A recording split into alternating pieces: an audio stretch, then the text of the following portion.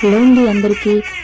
మా యొక్క శ్రీ శ్రీ శివదుర్గ నూకాంబిక ఆలయంలో నవంబర్ 21 లక్షవారం రోజు రాత్రి 7:30 అర్చకులు శ్రీ శ్రీ గంపా శ్రీనివాస్ శర్మ గారి చేతుల మీదుగా శ్రీ శ్రీ శ్రీ దుర్గా నూకాంబిక ఆలయం కమిటీ అసోసియేషన్ సభ్యులందరి ఆధ్వర్యంలో పార్వతీ పరమేశ్వర కళ్యాణం వైభవపేతంగా జరిగిందండి. ఈ ఆలయంలో కార్తీక మాసం నెల రోజుల పూజలను ఘనంగా నిర్వహిస్తున్నారు కమిటీ సభ్యులందరూ కూడాను. ఆకాశ దీపారాధన ప్రతిరోజు జరుగుతోందండి.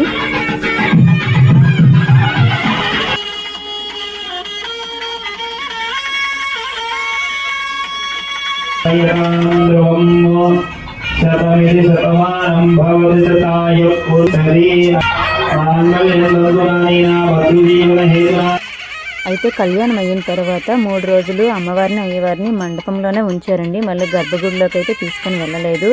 2 పూట్ల ఆ శివాలయంకి వెళ్ళిన భక్తులతో ఆ పంతులు గారి చేతుల మీదుగా పూజలు అయితే జరుపుతున్నారండి. 3వ రోజున సాయంత్రం ఆకాశ దీపారాధన కార్యక్రమం తర్వాత తిరువీధి ఊరేగిస్తూ గ్రామం మొత్తం ఆ అమ్మవారిని అయ్యవారిని పల్లకిలో ఊరేగిస్తూ పల్లకి సేవ అయితే జరిగిందండి. దానికోసమే పల్లకి అయితే రెడీ చేస్తున్నారు. చూసారా ఎంత చక్కగా చిన్న పల్లకిని తయారు చేశారు. దానికి పట్టుకోవడానికి కన్వీనెంట్గా ఉండడం కోసం అన్నీ రెడీ చేస్తున్నారు. ఆకాశ దీపారాధన కార్యక్రమం అయిన తర్వాత పంతులు గారి చేతుల మీదుగా అక్కడికి వెళ్ళిన భక్తులందరితో పూజ అయితే జరిపించారండి. అది 3వ రోజు చివరి పూజ అన్నమాట. ఇప్పుడు తిరువేది ఊరేగిస్తూ స్వామివారిని అమ్మవారిని అలాగే తర్వాత గర్భగుడిలో అయితే మళ్ళీ యథాస్థానంలో మళ్ళీ పెడతారండి. సాయంత్రం పూజ అయింది. హారతి కూడా ఇచ్చిన తర్వాత అందరి గోత్రనామాలు చదివారండి ఇక్కడ కూడాను. ఎందుకంటే కార్తీక మాసంలో నెల రోజుల పూజకి కూడా కొంతమంది నియమించి రాయించుకున్నారు కదా. ప్రతిరోజు కూడా వాళ్ళవి గోత్రనామాలు వాళ్ళు అక్కడికి వచ్చినా రాకపోయినా చదువుతున్నారు. ఈరోజు కూడా అక్కడ చదివిన తర్వాత పల్లకీకి అయితే అక్కడికి వచ్చిన భక్తులందరి చేత అలంకరణ అయితే బొట్లు కట్టడం ఇవన్నీ చేపించారండి. భక్తుల చేతుల మీదుగా అన్ని కార్యక్రమాలు జరిపిస్తున్నారు అక్కడి కమిటీ సభ్యులైతేను.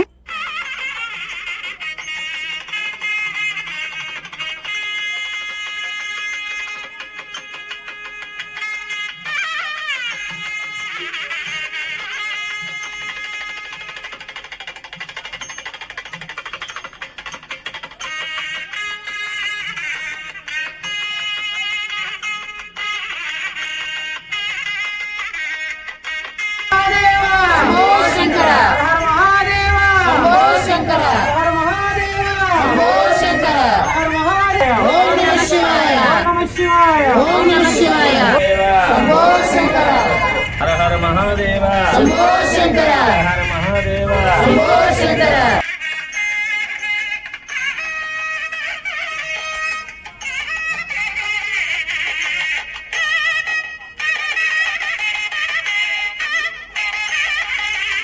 విగ్రహాలు అనేవి నేలకి ఒరిగిపోకుండా ఉండడం కోసం చాలా స్ట్రాంగ్గా బాగా కడుతున్నారండి. అలానే అమ్మవారు అయ్యవారు చూసారా దగదగమను నూతన వస్త్రాలతో మధుపర్కాల్లో ఎంత కలగా ఉన్నారో కదా. వీళ్ళని ఇప్పుడు ఆ గ్రామం చుట్టూ తిరువీధులు ఊరేగించి మళ్ళీ ఆలయంకి అయితే తీసుకొస్తారండి. దేవతామూర్తుల కళ్యాణం అనగానే ఆ అసలు అంగు ఆర్భాటం అనేది వేరే. ఎంత తృప్తిగా ఉంటుందో, మనసుకి ప్రశాంతంగా సంతోషంగా అనిపిస్తుంది. మీరు ఎప్పుడైనా పార్వతీ పరమేశ్వర కళ్యాణంలో పాల్గొన్నారా?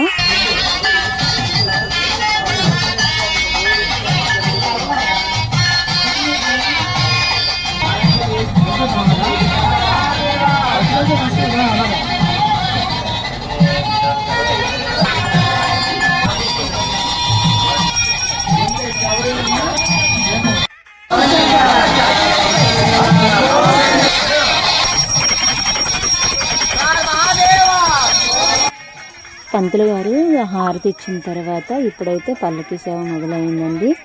ఇప్పుడు కమిటీ మెంబర్లు పట్టుకున్నారు. మధ్యలో లేడీస్కి కూడా ఛాన్స్ ఇచ్చారండి పల్లకి మోయడానికి. మాకైతే ఈ గుడిలో ఒక స్పెషల్ ఉందండి. ఏంటి అంటే కమిటీ సభ్యులు అన్ని పూజలు చేయాలని వీళ్ళైతే ఆ విధంగా అనుకోరండి. అక్కడికి భక్తులు ఎక్కువ మంది రావాలి, ఆ ఆలయంలో అన్ని పూజల్లో అందరు భక్తులు పాల్గొనాలి, పూజలు అన్నీ బాగా జరగాలి అని అనుకుంటారండి. కొన్ని గుడుల్లో ఏంటంటే కమిటీ సభ్యులు ఎవరైతే ఉన్నారో వాళ్ళు అన్నీ చేస్తారు. నార్మల్గా ఎప్పుడు వెళ్ళే భక్తులు మనం ఉంటే మనం దూరంగా ఉండి చూస్తాం. కానీ వీరు అలా కాదండి, అన్ని పూజల్లో కూడా మనకి ఇన్వాల్వ్ అవ్వడానికి ఛాన్స్ ఇస్తారండి. అదైతే నాకు బాగా నచ్చిందండి ఈ టెంపుల్లో.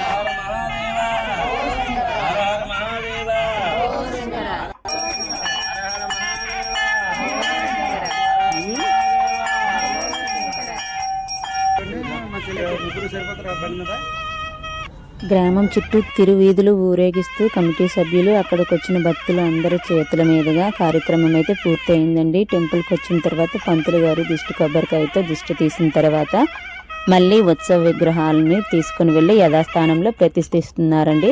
తర్వాత అందరూ ప్రసాదం పంచిపెట్టుకున్న తర్వాత ఎవరింట్లోకి వాళ్ళైతే వెళ్ళారు. ఇంతటితో ఈ కళ్యాణ ఘట్టం అయితే ముగిసిందండి. నా వీడియో మీకు నచ్చినట్లయితే లైక్ చేయండి, షేర్ చేయండి. కొత్తగా చూసిన వాళ్ళైతే సబ్స్క్రైబ్ చేసుకోండి. ఇలాంటి మరిన్ని వీడియోలు నేను నా ఛానల్లో అప్లోడ్ చేస్తాను, వాచ్ చేయండి ప్లీజ్. మీలో ఎంతమంది ఇలా శివపార్వతుల కళ్యాణంలో పాల్గొన్నారో ఇదివరకు ఎప్పుడైనా నాకైతే కామెంట్ రూపంలో తెలియచేయండి. మా శివాలయంలో మా శివపార్వతులు ఎలా ఉన్నారో కామెంట్ చేయండి. నచ్చినట్లయితే లైక్ చేయండి. స్వామివారికి ఓం నమః శివాయ అని కామెంట్ చేయడం మాత్రం మర్చిపోవద్దు.